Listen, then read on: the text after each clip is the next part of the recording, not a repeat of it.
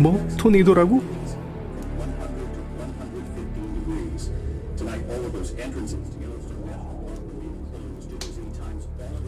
오, 안 돼.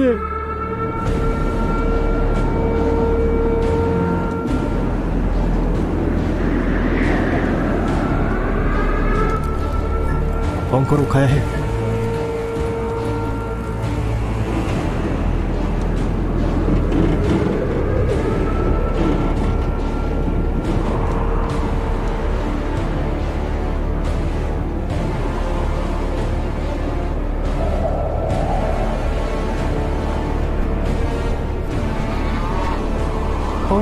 레티, 거기서 내려와. 대체, 오, 안 돼, 숨어야 돼. 레티, 안 돼.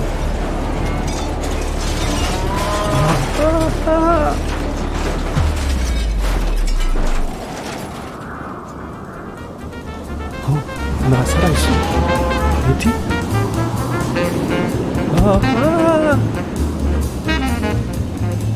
유후,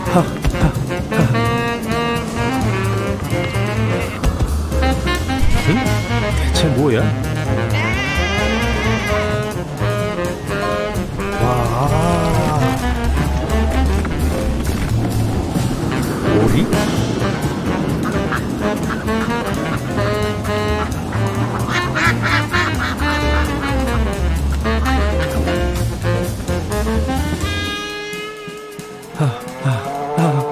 우리가 살았다니.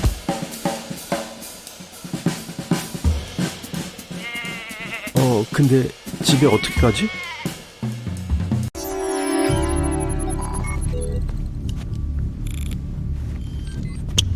지구 중력에서 0.5m 확인 완료.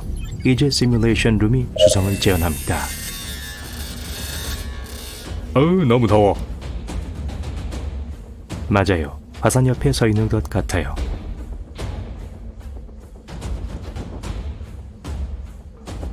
1.2m 점프 가능. 이제 금성으로 전환합니다. 우와, 여긴 무시무시해. 실제 금성에서는 모든 것이 독성입니다. 차이를 모르겠어. 네, 이곳의 중력은 지구와 거의 같습니다. 달로 전환합니다. 달의 중력은 지구의 10분의 1입니다. 2.7m. 다음은 화성입니다. 오, 여긴 상당히 편안하네. 이곳의 중력은 수성과 같습니다. 10.5m. 이제 좀 힘들어질 거예요. 무슨 뜻? 우와. 목성에는 고체 표면이 없습니다. 목성이 크기 면에서 훨씬 크긴 하지만 표면 중력은 지구 표면 중력의 2.4배에 불과합니다. 하하, 똑바로 서기도 힘들어. 겨우 15cm. 토성으로 전환합니다. 이곳에도 고체 표면이 없습니다. 하지만 토성의 중력은 거의 지구와 같습니다. 이번엔 전항성. 너무 추워. 전항성의 실제 표면보다는 5배 더 따뜻합니다. 세상에, 다리가 얼얼해. 0.5m. 중력은 지구보다 살짝 더 약합니다. 해왕성입니다. 0.4m 점프할 수 있어요. 중력은 지구보다 약간 더 강합니다. 여기서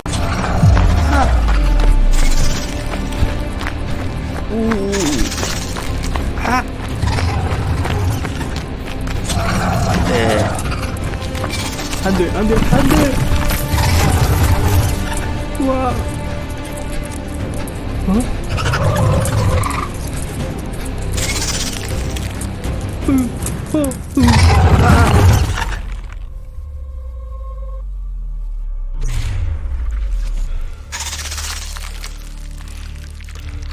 이런.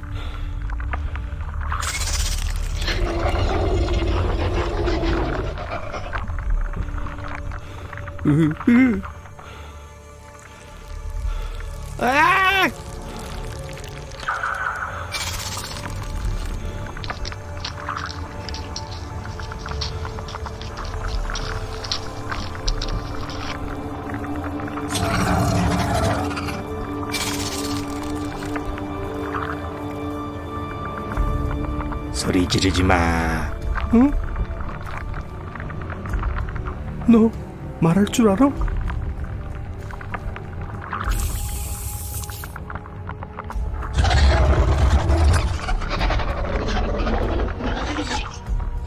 안 돼, 안 돼, 안 돼, 안 돼!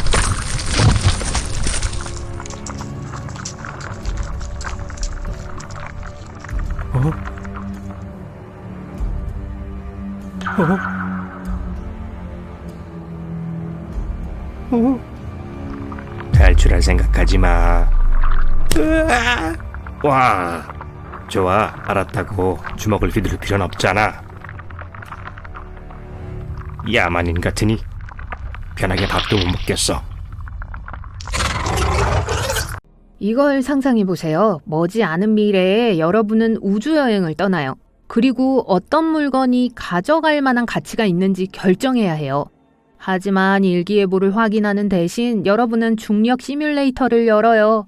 그건 각 물체가 다른 행성에서 어떻게 될지를 알아야 하기 때문이에요. 예를 들어 이 금속 삽을 가져가야 할까요? 아닐까요? 여러분의 여행 일정에 따르면 길고 긴 여행이 될 거예요. 태양계의 모든 행성과 심지어 몇몇 위성도 방문할 계획을 하고 있죠. 하지만 이 우주 물체들의 중력 차이 때문에 여러분이 가져갈 물건들 중에 일부가 얼마나 유용할지 확신할 수가 없어요. 기본부터 시작할게요. 타파웨어요. 다른 우주 여행객들은 어떨지 모르지만 우리 지구인들은 가는 곳마다 타파웨어를 갖고 다녀요.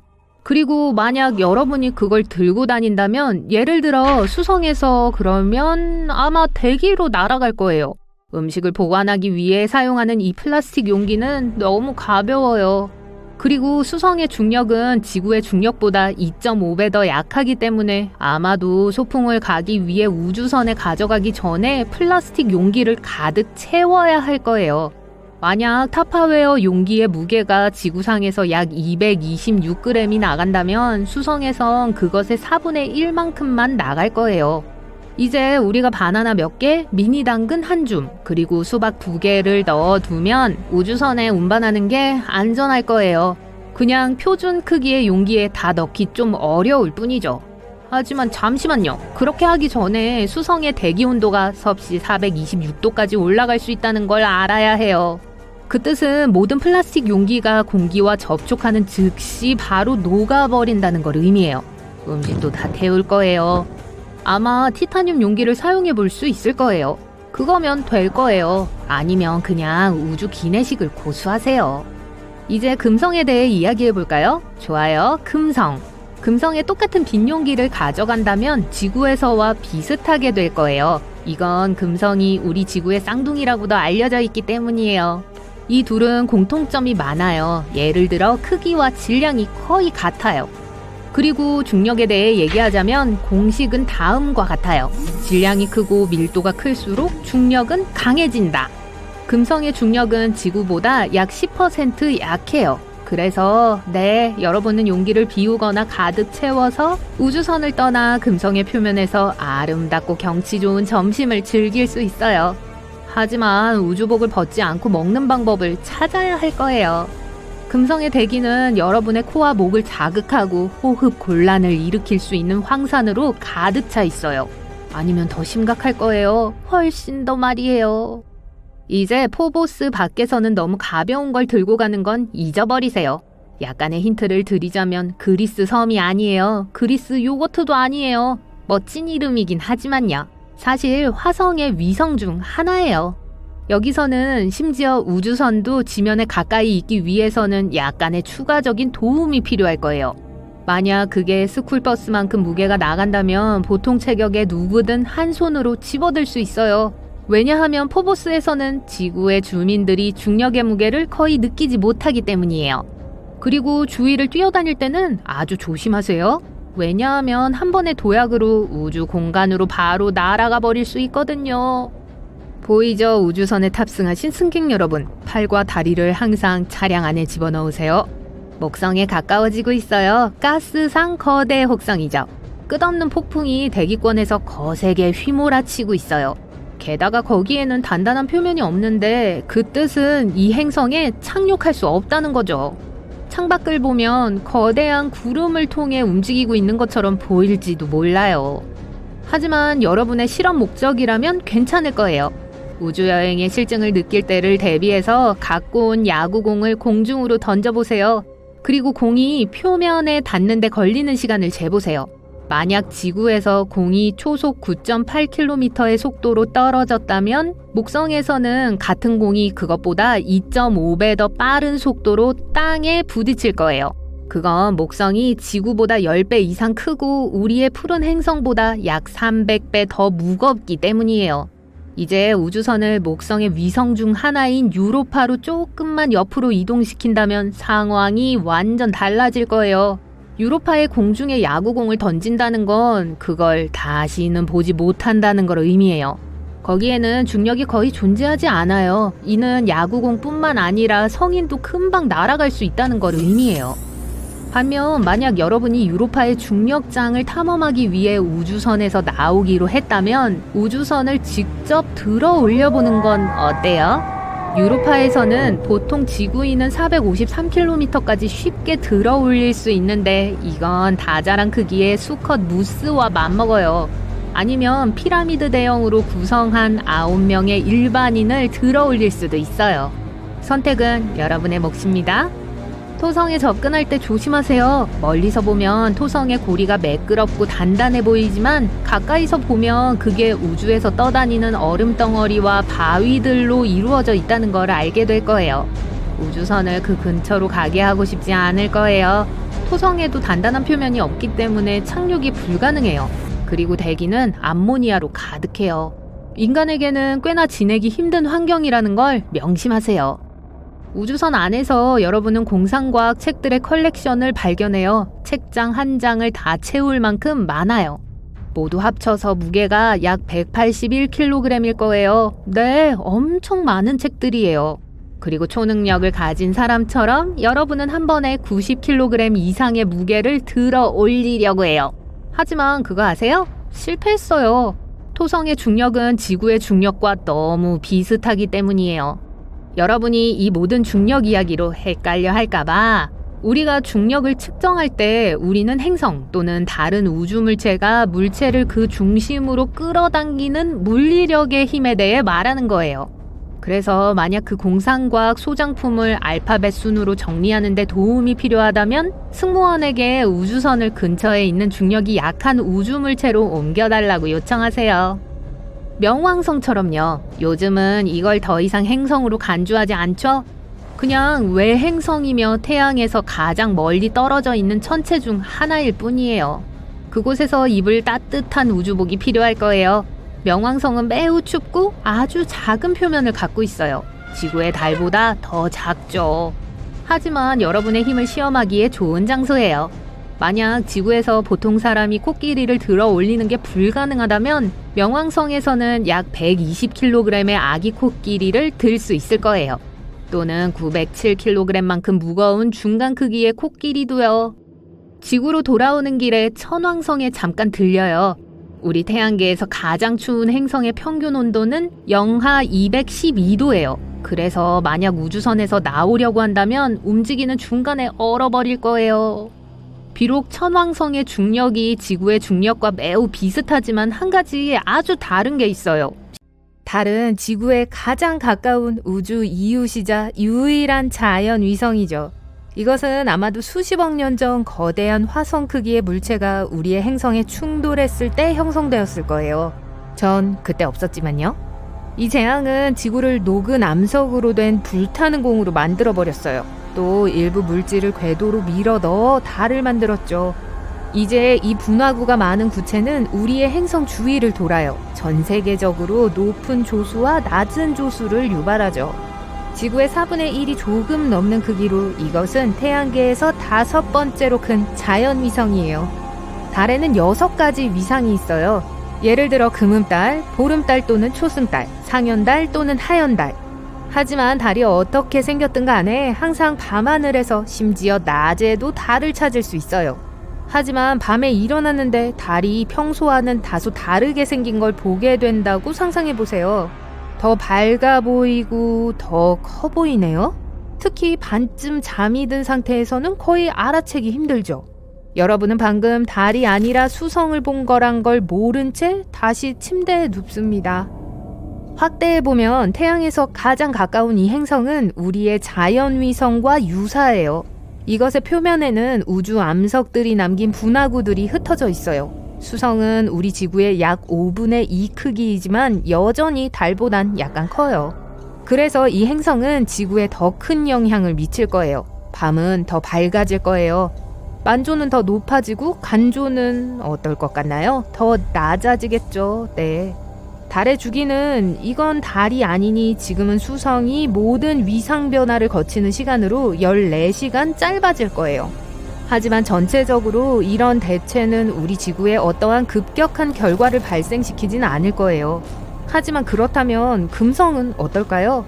익숙한 위성 대신 태양과 달 다음으로 세 번째로 밝은 자연 천체와 바꾼다면요? 이것은 비슷한 질량 크기 때문에 종종 지구의 자매 행성이라고 불려요. 금성은 한때 아폴로 우주비행사들이 달 표면에서 봤던 지구의 크기만큼 우리 하늘에 있을 거예요. 샛별은 달보다 훨씬 더 밝을 거예요. 우선 이 행성은 햇빛을 6배 더 반사해요. 게다가 이건 적어도 16배나 큰 면적을 차지할 거예요. 그래서 지구의 밤은 지금의 초저녁처럼 밝을 거예요. 금성을 보면 행성의 누르스름한 흰 구름이 덮인 곳에 희미한 소용돌이 무늬가 있죠? 금성은 지구의 위성이 되지 못할 거예요. 두 행성은 공통의 질량 중심을 공전할 것이며 이 공전 궤도는 이심률이 상당히 높을 거예요. 저처럼요. 하지만 금성이 지금 달과 같은 속도로 움직인다면 두 행성은 가까운 미래에 서로 충돌할 겁니다. 이런. 좋아요. 또 다른 걸로 바꿔볼게요. 만약 화성이 달 대신에 하늘에 있다면 분명 여러분은 그걸 알아볼 수 있어요. 망원경 없이도 특이한 색과 표면에 있는 어두운 점들에 감탄할 수 있을 거예요. 그리고 여러분이 붉은 행성을 보지 못했다 하더라도 여전히 뭔가 이상한 느낌이 들 거예요. 화성은 지구 절반 크기이지만 달보다 몇 배 더 커요. 더 작은 우주 천체를 훨씬 더 큰 천체로 대체하는 건 우리 행성의 미묘한 균형을 깨뜨릴 거예요. 만약 화성이 달을 대신할 때 운이 나빠서 해변에 있었다면 가능한 한 빨리 대피해야 할 거예요. 거대한 파도가 화성의 영향을 받아 바다에서 일어날 테니까요. 최대 쓰나미처럼 해안선에 충돌할 거예요. 화성은 달보다 더 많은 햇빛을 반사할 겁니다. 밤은 좀 더 밝을 거예요. 지구상의 풍경들은 섬뜩한 붉은색 조를 띠게 될 거예요. 그리고 망원경을 통해 태양계에서 가장 높은 산인 올림푸스 몬스를 감상하게 될 거예요. 화성은 지구 궤도를 극적으로 바꿀 만큼 충분히 크지 않아요. 하지만 시간이 지나면 두 행성은 아마도 쌍성계를 형성하면서 서로의 궤도를 돌기 시작할 거예요. 그리고 말 그대로 화성은 옆집이 될 테니 이 행성으로의 여행은 현실이 될 거예요. 좋아요. 이제 크게 생각하세요. 만약 목성이 달을 대체했다면 독립된 행성으로서의 지구는 더 이상 존재하지 않을 거예요. 즉시 태양계에서 가장 큰 행성의 또 다른 위성으로 변하게 될 겁니다. 이 변화의 유일한 긍정적인 순간이요? 사람들은 멋진 하늘을 볼 수 있을 거예요. 목성은 달보다 수십 배 더 커요. 거대하고 아름다운 줄무늬가 있는 구체가 거의 모든 지평선을 덮을 거예요. 만약 여러분이 그 쇼를 즐길 시간이 있다면 노란색, 갈색, 빨간색, 그리고 흰색 구름들이 목성의 대기를 떠다니는 걸 보게 될 겁니다. 안타깝게도 가스상 거대 행성의 중력은 즉각적으로 심각한 지진, 화산 폭발, 쓰나미를 일으킬 거예요. 지구의 멘틀과 지각은 목성 쪽으로 쓸릴 것이며 지구가 산산조각 날 수 있어요. 표면이 앞뒤로 91m 이상 부풀어 오를 정도의 엄청난 힘으로 늘어나고 압축될 거예요. 불행하게도 지구의 속도는 우리가 목성의 궤도에 머무르는 데 필요한 속도의 10%에 불과해요. 그래서 우리의 느린 행성이 하루도 채 되지 않아서 가스 행성과 충돌할 거예요. 이건 기분 나쁘니까 하지 말기로 하죠. 만약 토성이 달을 대체한다면 볼만한 광경이 될 거예요. 이 행성은 우리 달보다 35배 이상 커요. 이건 거대한 금빛구가 하늘의 18도를 덮을 거란 걸 의미해요. 그리고 이것의 고리는 지평선에서 지평선까지 훨씬 더 멀리 뻗을 거예요. 만약 좋다면 고리를 끼우는 게 좋겠네요. 지구는 거대 가스 행성인 디오네로부터 조금 더 멀리 떨어져 있을 거예요. 그리고 토성이 우리 행성보다 훨씬 강력하기 때문에 지구가 위성으로 변할 거예요. 그 반대가 아니라요. 불행하게도 지구의 자전 속도가 그걸 따라잡질 못하고 우린 하루나 이틀 안에 훨씬 더 큰 행성과 충돌할 가능성이 높아요. 하지만 토성의 대기에서 불타오르기 전에 우리는 토성의 웅장한 고리를 통과해야 할 거예요. 이것은 해성, 소행성, 그리고 부서진 위성 조각들로 이루어져 있어요. 이 우주 파편들을 통과하는 건 쉬운 일이 아닐 겁니다. 게다가 우리의 행성은 토성의 위성 53개를 모두 피해야 할 거예요. 하지만 이 충돌이 일어나지 않고 지구가 토성의 쉬운 4번째 위성이 된다면요? 그러면 거대 가스 행성의 중력이 지구 전체에 거대한 지각 변동을 일으키겠죠. 이게 아무것도 남지 않을 때까지 행성의 지각을 찢어 놓을 거예요. 이것도 안 좋네요. 천왕성과 해왕성 모두 얼음 거성이에요. 이 행성들은 크기가 같아요. 지구보단 크지만 토성과 목성보단 작아요. 둘 다 얼음 같은 내부 깊은 대기, 그리고 비슷한 매우 아름다운 푸른 녹색을 띠죠. 만약 이 행성들 중 어느 하나가 달을 대체한다면 결과는 같을 거예요. 그럼 동전을 던져봅시다. 좋아요. 언젠가 하늘에서 보게 될 건 해왕성이에요. 해왕성은 달보다 14배 더 커요. 이 행성은 밤뿐만 아니라 낮에도 하늘에 있는 밝은 푸른 열기구처럼 보일 거예요. 태양보다 15배 더 큰 것처럼 보일 거예요. 만약 다른 모든 것들이 그대로 유지된다면 일식은 아주 오랫동안 지속되는 것처럼 보일 거예요. 일단 태양이 해왕성 가장자리 뒤로 사라지면 우리의 행성은 1시간 반 동안 완전한 어둠 속으로 빠져들 거예요. 해왕성은 지구 질량의 17배이고 중력은 훨씬 더 강해요. 그래서 우리 행성이 결국 위성이 되어버릴 거예요. 네, 또 말이죠. 해왕성의 큰 위성인 트리톤보다 약간 더 멀리서 해왕성을 공전할 거예요. 그나저나 지구는 이 우주체와 충돌할 위험성이 커요. 하지만 우리가 해왕성의 위성들과 교차하지 않을 정도로 운이 좋았다고 합시다. 그렇다 하더라도 우리에겐 문제가 충분히 많아요. 우리 지구의 조수는 위성에 의해 야기되는 조수보다 1000배 더 강력해질 거예요. 해왕성의 중력이 지구를 갈라놓지는 않겠지만 우리의 행성을 뜨겁게 만들 거예요. 지진 활동이 증가해 지진과 화산 폭발이 일어날 거예요. 그리고 우리의 인터넷도 엉망으로 만들겠죠. 집중해주세요. 언젠가는 목숨을 구해줄 수도 있는 이야기입니다. 안전벨트의 주된 목적은 자동차 충돌 시 심각한 부상을 방지하는 것입니다. 차량이 급정거할 때 운전석이나 조수석의 속도를 줄여주죠. 차량이 시속 90km로 주행하다가 나무에 부딪히면 속도는 즉시 0으로 떨어집니다. 하지만 차 안에 있는 사람은 시속 90km의 속도 그대로 앞으로 날아가죠. 정지력 역할을 해줄 것이 없으면 그 사람은 계기판에 부딪히거나 앞 유리를 통해 날아갈 거예요.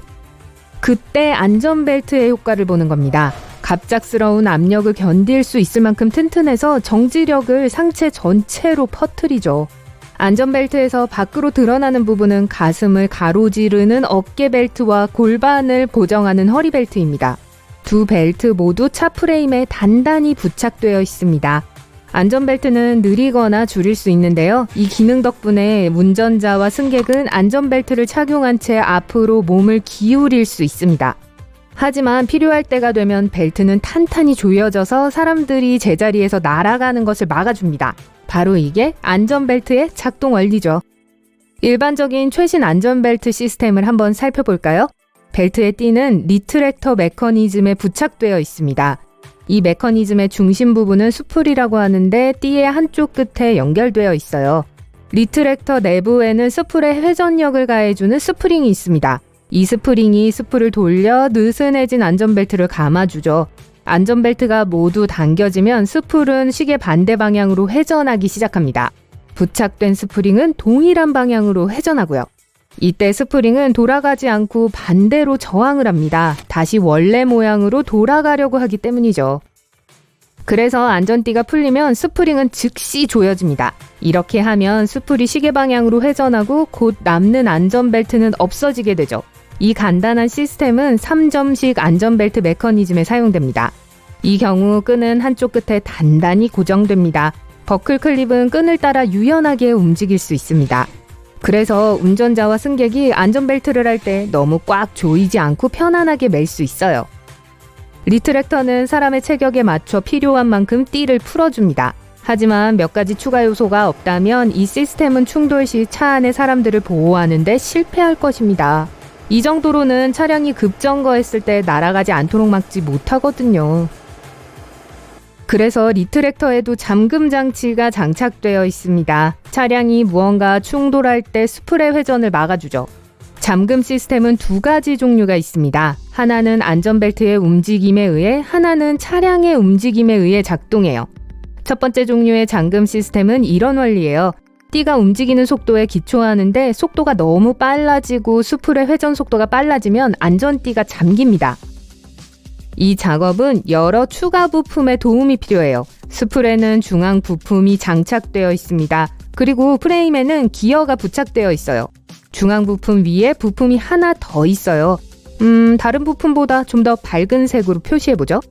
이 마지막 부품은 중앙 부품에 고정되어 있지 않고 약간 느슨히 고정되어 있어서 어느 정도 자유롭게 이동할 수 있습니다.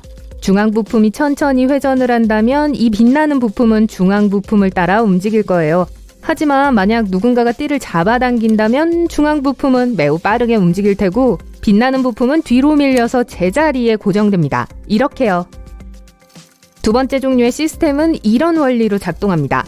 이 메커니즘 안에는 차가 움직일 때 자유롭게 움직이는 무거운 강철공이 있습니다. 경첩도 있고요. 리트랙터 메커니즘의 한쪽에는 안전벨트를 감거나 풀 때 회전하는 기어가 있습니다. 일반적으로 공은 경첩 아래에 있는 기어 밑에 있어요. 하지만 차가 급정거를 하면 공은 관성 때문에 앞으로 돌진합니다. 물체의 속도 변화에 대한 물리적 물체의 저항이죠. 공은 움직이면서 경첩을 밀고 경첩은 기어의 톱니 중 하나를 잡습니다. 그래서 기어는 더 이상 시계 반대 방향으로 회전할 수 없게 돼요.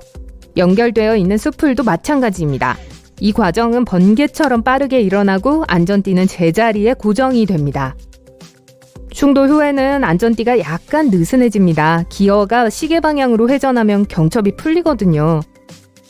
안전벨트를 올바르게 착용했다면 대부분의 정지력은 골반과 흉곽에 영향을 미칠 것입니다. 이 신체 부위들은 다른 곳보다 더 단단하고 넓습니다.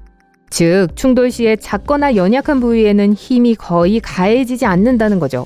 그래서 사고가 일어날 때 큰 피해가 일어날 수 있는 걸 막아줍니다.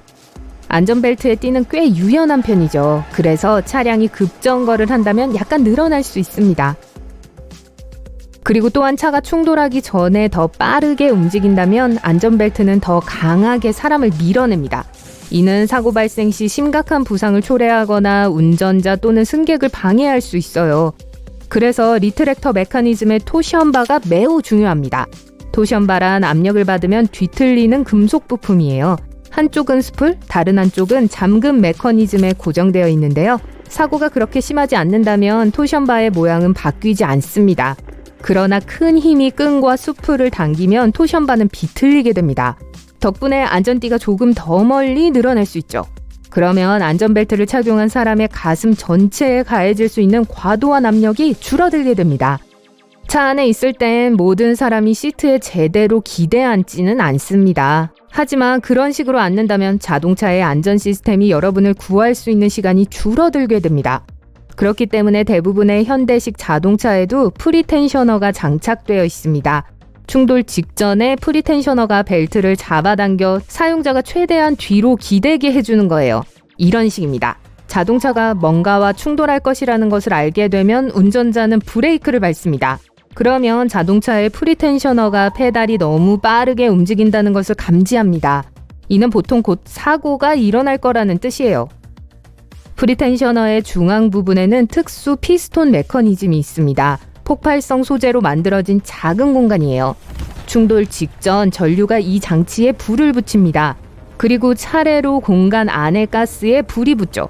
연료 중인 가스의 압력이 피스톤을 밀어내면 안전벨트가 조여집니다. 에어백은 실수로 벽 같은 것을 들이받았을 때 운전자를 보호해주는 또 다른 장치입니다. 일단 자동차가 무언가에 부딪히면 속도를 엄청나게 빠르게 잃죠. 가속도를 측정하도록 설계된 전자칩인 가속도계는 이러한 변화를 감지합니다. 그래서 속도가 갑작스럽고 크게 저하된다면 에어백 회로가 작동하게 되어 트리거 되는 거죠. 하지만 아무리 급작스럽다고 해도 제동장치에는 이 과정을 시작할 만큼 충분한 힘이 없습니다. 에어백 회로는 전류를 특수한 가열 소자로 보냅니다. 그런 다음 화학적 폭발을 유발하죠. 연소되기 시작하면서 보통 아르곤이나 질소 같은 무해한 기체를 가득 생산합니다. 이 가스는 운전대 뒤에 숨겨진 나일론 주머니로 흐르죠. 그리고 이 주머니가 팽창을 하면 운전대의 플라스틱 덮개는 날아가게 됩니다. 에어백은 탈쿰 파우더 같은 분필 느낌의 소재로 되어 있는데 이 소재 덕분에 운전자 앞에서 엄청나게 빠른 속도로 부풀 수 있습니다. 여전히 빠른 속도로 움직이고 있는 사람이 에어백에 닿으면 공기는 가장자리를 따라 나 있는 작은 구멍을 통해 빠져나갑니다. 차량이 완전히 정지하면 에어백은 이미 공기가 모두 빠져나간 상태고요.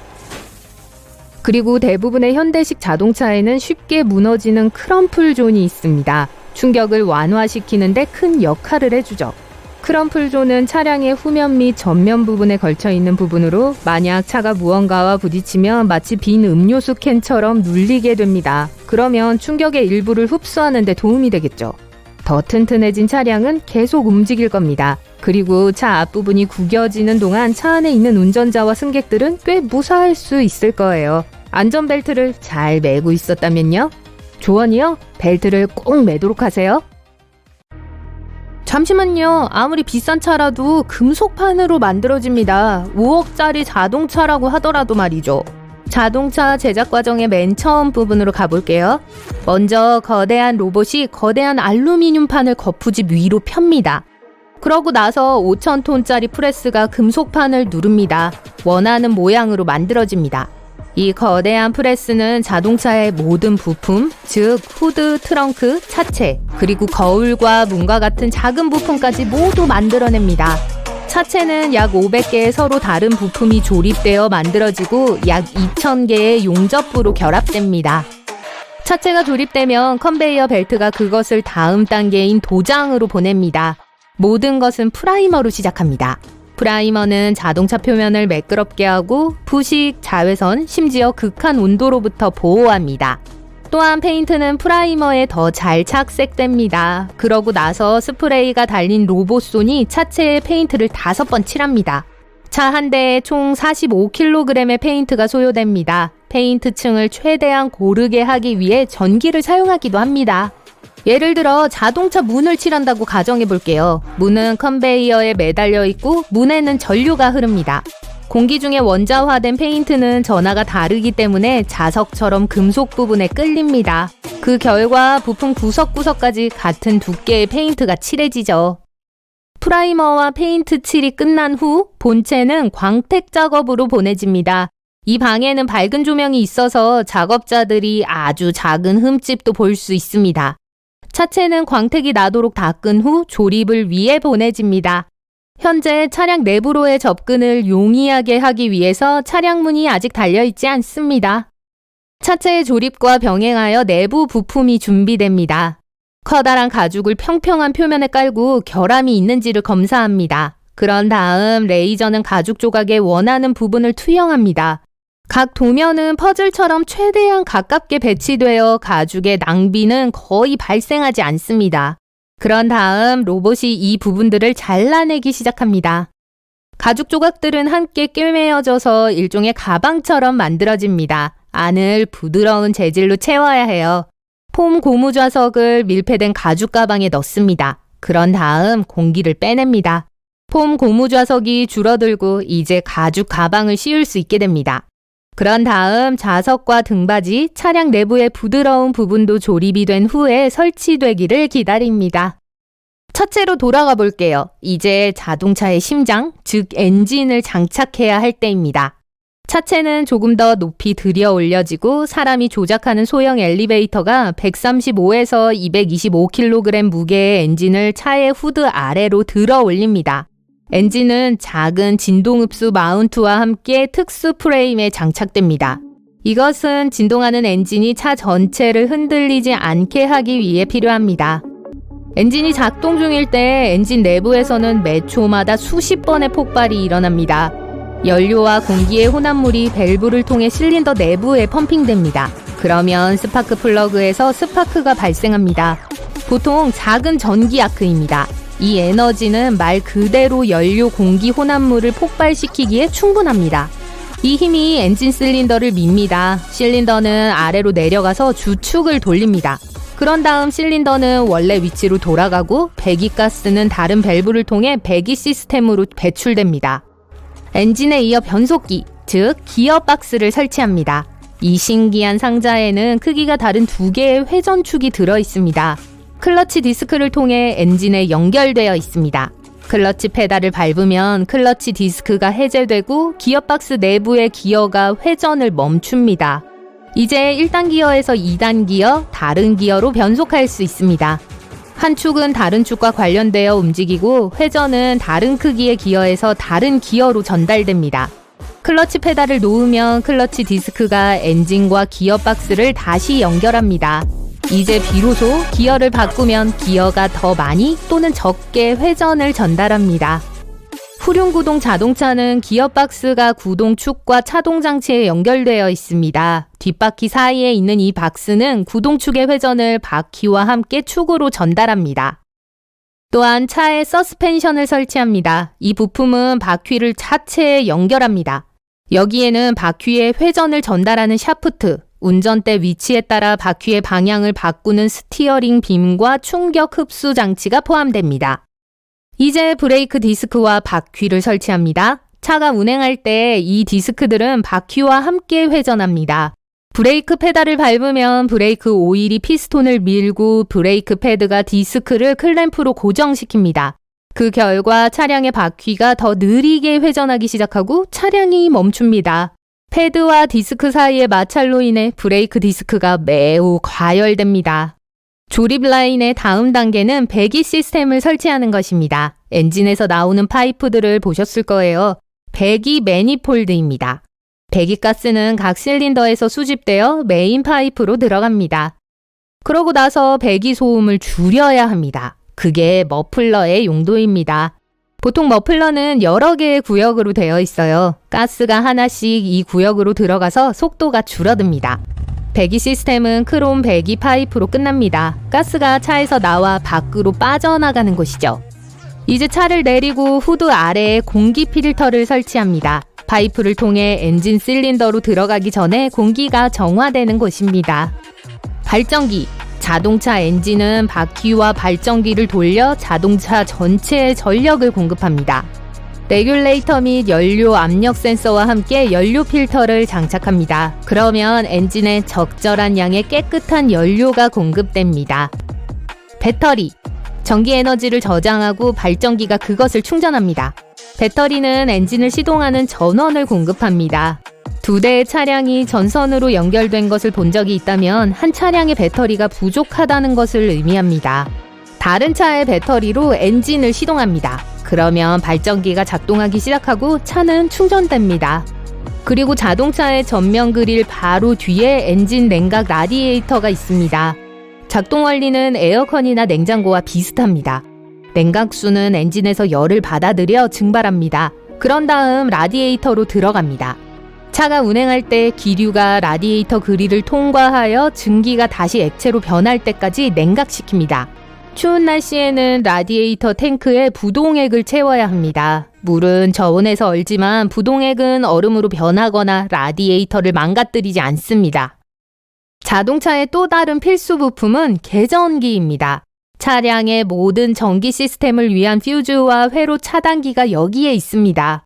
엔진이 심장이라면 계전기는 신경계입니다. 전선이 여기서부터 자동차의 모든 부분으로 이어집니다. 차 안에 총 약 1.6km의 전선이 사용될 수 있어요. 그런 다음 브레이크 및 워셔액 탱크, 윈드실드 와이퍼 작동기 등 수십 개의 다른 부품이 설치됩니다.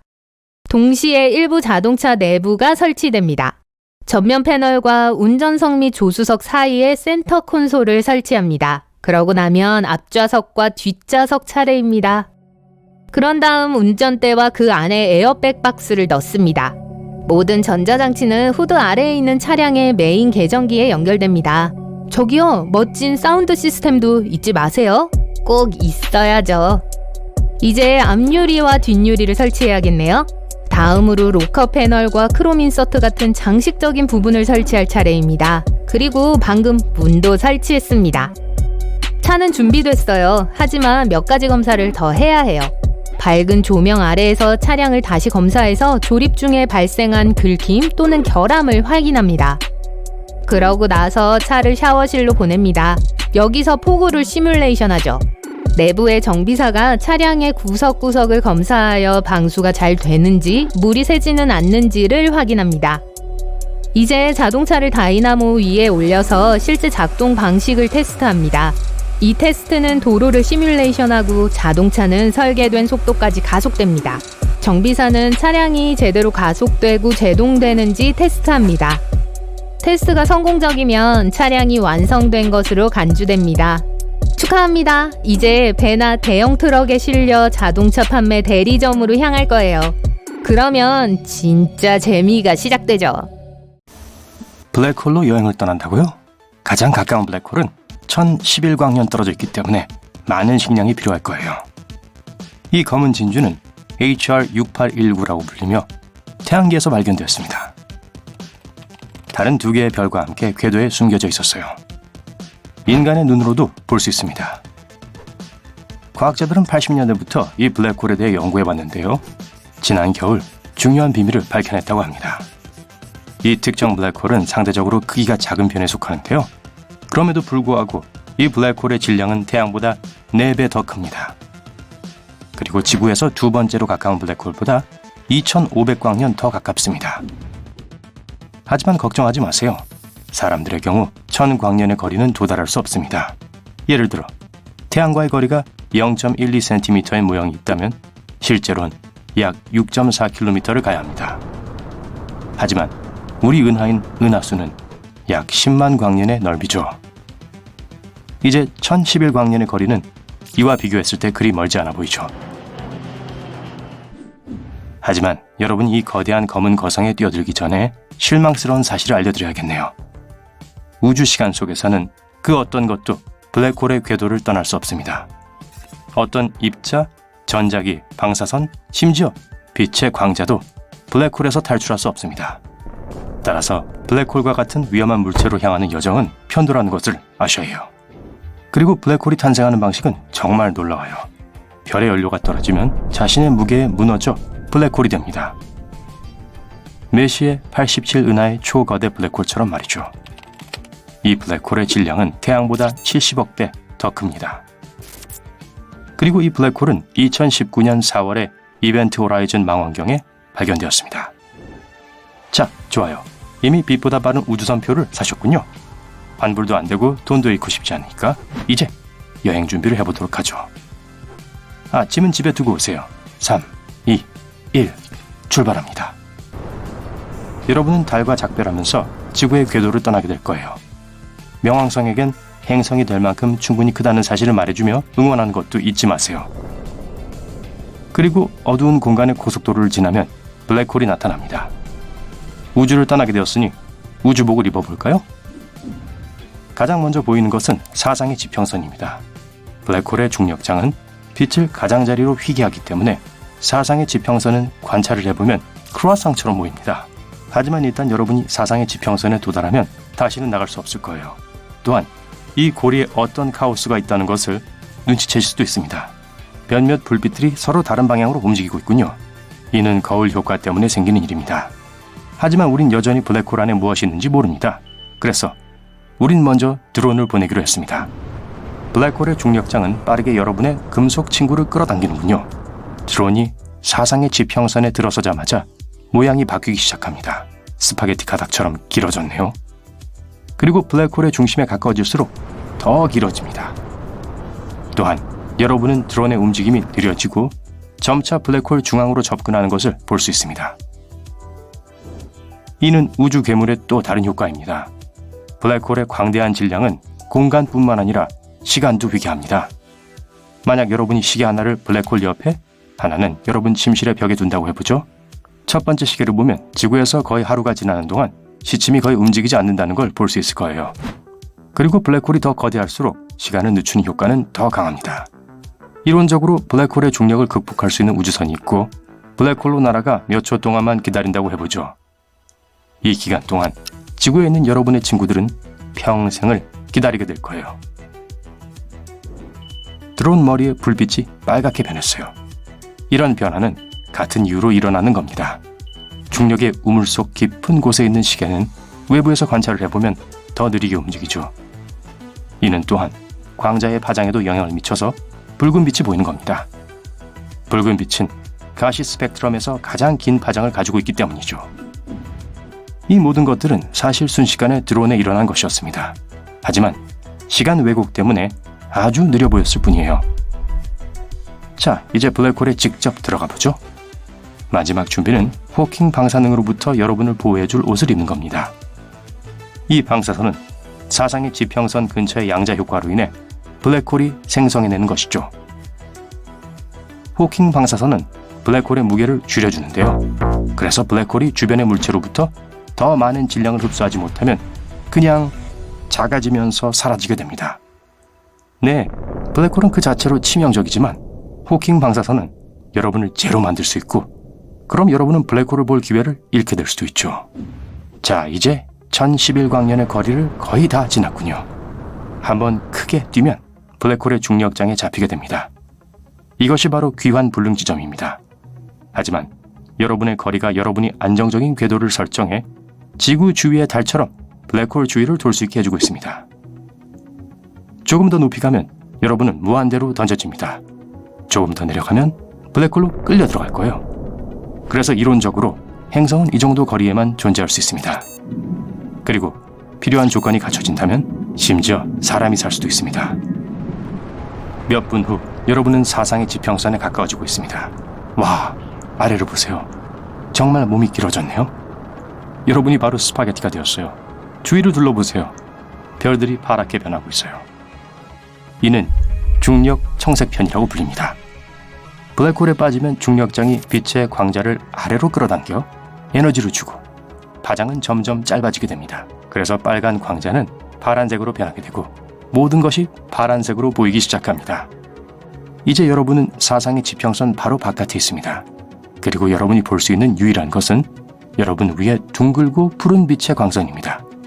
하지만 곧 그것조차 보지 않게 될 겁니다. 여러분은 블랙홀의 강한 중력장에서 살아남았습니다. 그리고 호킹의 방사능이 여러분을 제로 태워버리지 않았군요. 여러분은 지금 우주에서 가장 신비로운 물체의 중심부에 있습니다. 앞줄 좌석인데도 경치가 별로 좋지 않네요. 이곳은 여러분이 가본 곳 중 가장 어두운 곳입니다. 심지어 물리학의 일반적인 법칙도 여기서는 작용하지 않습니다. 이론적으로 시간이 정말 느리게 흘러 여러분의 고향 행성은 더 이상 존재할 수 없습니다. 그리고 태양 대신 새로운 블랙홀이 나타날 수 있습니다. 하지만 우주복에 산소가 충분히 있는 한 살 수는 있을 거예요. 하지만 이 우주 물체가 실제로 우주의 다른 곳으로 통하는 웜홀이라면 어떨까요? 이는 널리 알려진 이론이지만 과학자들은 여전히 이를 확인할 수 없습니다.